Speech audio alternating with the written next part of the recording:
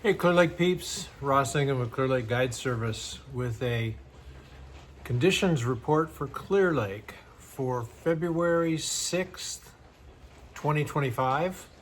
This will be a relatively short one. We did get out on the water in between storms. Actually, we were out last week, plus we were out this week, yesterday. And I think from a public service announcement point of view, there is a lot of water coming in this lake right now for Clear Lake. So what's happened is we've gotten some pretty good rain today. We're supposed to get an inch, and it looks like it's going to be every bit of that. The last early part of the week, we were supposed to get 2 to 3 inches, and it varied back and forth. I don't know exactly what we got, but it was enough. The creek, Kelsey Creek here, was running hard enough that trees, junk from campsite, you name it, it was all coming down the creek. And when Jim and I were running around yesterday, we saw just between the state park and getting down through the Narrows, wrapping around there at Buckingham, we probably saw 5 or 6 trees that if you hit, you would not be happy with. And some of them weren't that easy to see, especially with a little chop on the water. So keep that in mind. I know there's a tournament on this coming Saturday in ABA, and I'm assuming it's going out of Lakeport, and if it does, I'm also assuming almost everybody's going down to the Rattlesnake Arm to fish. There's some big chunks floating around out there, so be very careful. And the reason why there's so many big chunks floating out there is because we started the week at just a hair over 6, like at 6.06, somewhere in that range. As of today, which is Thursday, about 5 p.m., it's currently right about 7.8 feet, so the lake is officially full, and it's climbing. The creek behind me is cooking, and the way it's rained today, it's going to keep cooking for probably a day or so. So conceivably, we could see 9 feet here in the next couple of days. So all the creeks are running. I mean, everything that I drove around and saw, they're all pumping mud.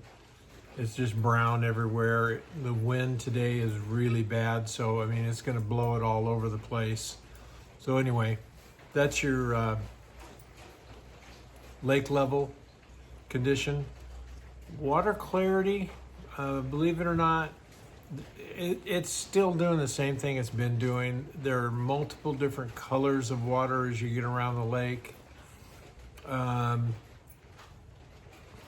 We saw areas down in the Redbud Arm that we could see 3.5 feet, almost 4.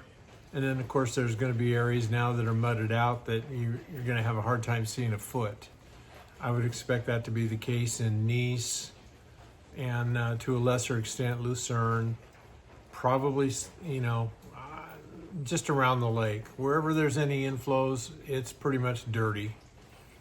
Water temperatures, we saw 47.5 starting at the state park yesterday morning.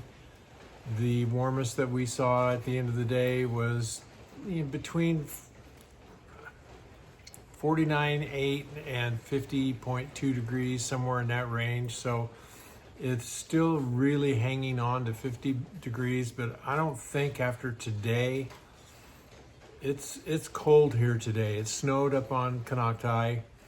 There's some snow on some of the highways around here, like just the road coming up the back way from 20 over into Lakeport.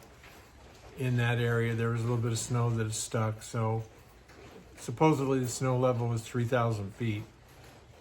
So it's cold. Water temperature is going to drop.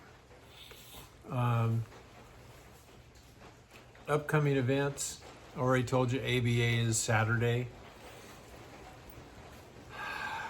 you know, I really haven't, for the little bit that we've been out, we just haven't seen very many people. So I think the majority of people are hunkered down, either just out of, just above Redbud or just out of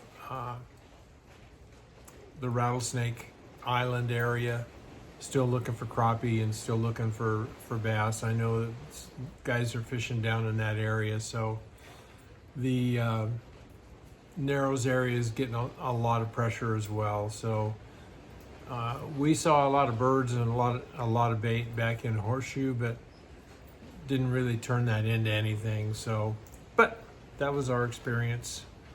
We've had a couple of good days out since, at least I'm going to call them good days, since the last time we reported, with really decent limits. They're not 30-pound limits, but well over 20. So the only problem is we're not catching a lot of fish. You know, it's like 6 or 7 or 8 to get to that number. So, but you know, we're still learning it. We've had days that, you know, we've done fairly well with the forward-facing sonar, and then we've had days where we've done fairly well without it. So that's about it. That'll be it for today. I told you this is going to be a short one. So the biggest message, just be careful if you're running around out there in the next couple of days and through this weekend, especially in the low light conditions of tournament blast off on Saturday morning. We'll catch up with you next time.